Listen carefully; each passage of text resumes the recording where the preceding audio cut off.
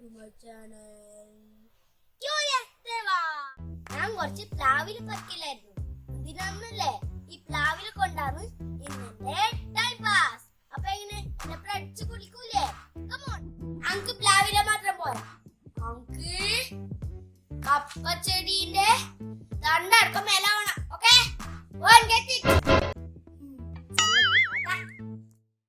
നോക്കി കൊറേ കപ്പയുണ്ട്, നമുക്ക് പറിക്കാം. നമുക്കിനി ഈ കപ്പ ചെടിന്ന് ഒരു ഇല പറിക്കണം. പക്ഷെ അതിന് നീളമുള്ള തണ്ട് വേണം. ഇനി കുറച്ച് നീളം കുറവ്, പക്ഷെ ഇത് മതിയോ? നീളമുള്ളതാണെങ്കിൽ കുറച്ച് അടിപൊളി. ഞാൻ കുറച്ചും കൂടി ഇല പറിച്ചെടുത്തിട്ടുണ്ടേ.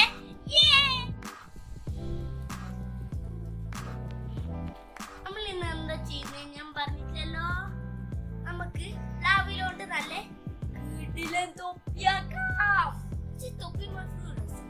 നമുക്ക് ഈ കപ്പ ചെടി ഒരു നല്ല സ്റ്റൈലിഷ് മാലയാക്കാം. എങ്ങനെ ഐഡിയ?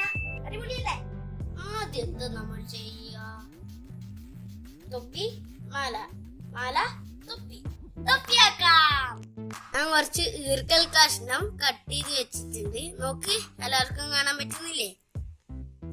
ഈ രണ്ട് പ്ലാവില എടുത്തിട്ട് ഒന്നിന്റെ പറയിൽ ഒന്ന് വെച്ചിട്ട് പകുതി വെച്ചാവണം.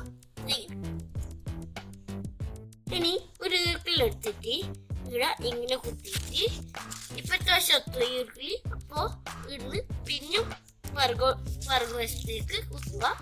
അപ്പോ ഞാൻ ചെയ്യാൻ പോക്കാണേ.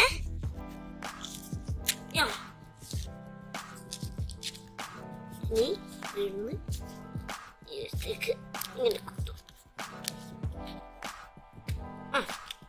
അപ്പോ ഇങ്ങനെയാണ് ഇല ജോയിന്റ് ചെയ്യുന്നത്. ഒന്നുകൂടി നോക്കി കാണിച്ചു തരാം. ആദ്യം ഒരു ഇല എടുത്തിട്ട് ഇതിന്റെ ഈ വശത്ത് കുത്തിയിട്ട് മേലോട്ടേക്ക് വലിക്കുക. എന്നിട്ട് ഈ വശത്തേക്ക് പിന്നും കുത്തുക.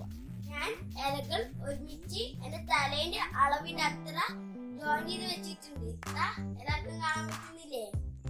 തൊപ്പി ഏകദേശം റെഡിയായി. നമുക്ക് ഇനി ഒരു ഫെദർ പോലത്തെ എന്തെങ്കിലും ഇവിടെ വെച്ചാലോ? അപ്പൊ ചെയ്യാലേ? നമുക്കൊരു സ്റ്റൈലിഷ് പ്ലാവില കിട്ടിയിട്ടുണ്ട്. ഇത് വെച്ചാൽ നല്ല ഭംഗിയുണ്ടാവും അല്ലേ? ഇങ്ങനെ വെച്ചിട്ട് നമ്മൾ നേരത്തെ കുത്തിയ പോലെ തന്നെ കുത്തുക.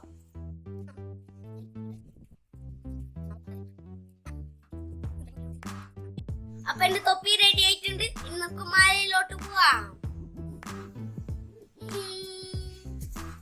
ഇനി നമുക്ക് കപ്പത്തണ്ട് കൊണ്ട് മാലയാക്കാം.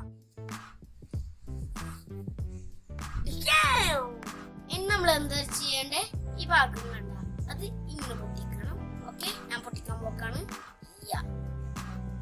ഇനി മെല്ലനെ താഴോട്ടേക്ക് ഇങ്ങനെ ആക്കിയിട്ട് ഇത് ഇങ്ങനെ അമർത്തി കൊടുക്കുക. ഇനി അപ്പുറത്തെ വശവും ഇങ്ങനെ ആക്കിയിട്ട് ഈ വശം ഇങ്ങനെ ആക്കിയിട്ട് ഇങ്ങനെ, പിന്നെ ഈ വശവും അങ്ങനെ കണ്ടിന്യൂ ചെയ്തുകൊണ്ടിരിക്കുക.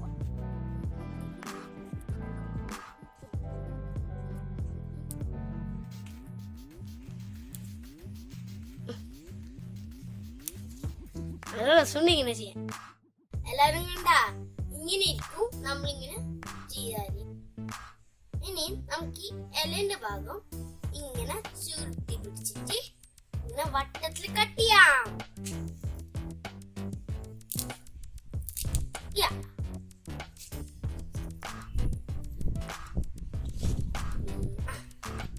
അപ്പൊ നമ്മുടെ മാല റെഡി ആയിട്ടുണ്ട്. പക്ഷെ ഇത് ഇങ്ങനെ കണക്ട് ചെയ്യാന്നല്ലേ? ഒരു ഈർക്കൽ കഷ്ണം എടുത്തിട്ട് ഇവിടെ ഇങ്ങനെ കുത്തുക. ഇനി ഇപ്പുറത്തെ വശം കുത്തുക.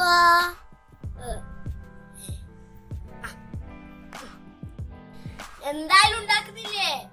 ഞാൻ കൊറേ ആക്കി നോക്കി. രണ്ട് മാല, രണ്ട് കൈ ചെയിൻ. ഞാൻ ഇനി ഫുൾ ഗെറ്റപ്പിലാണ് വരാൻ പോകുന്നത്. ദേവപ്രയാഗ് മഹാരാജൻ വരുന്നുണ്ട്.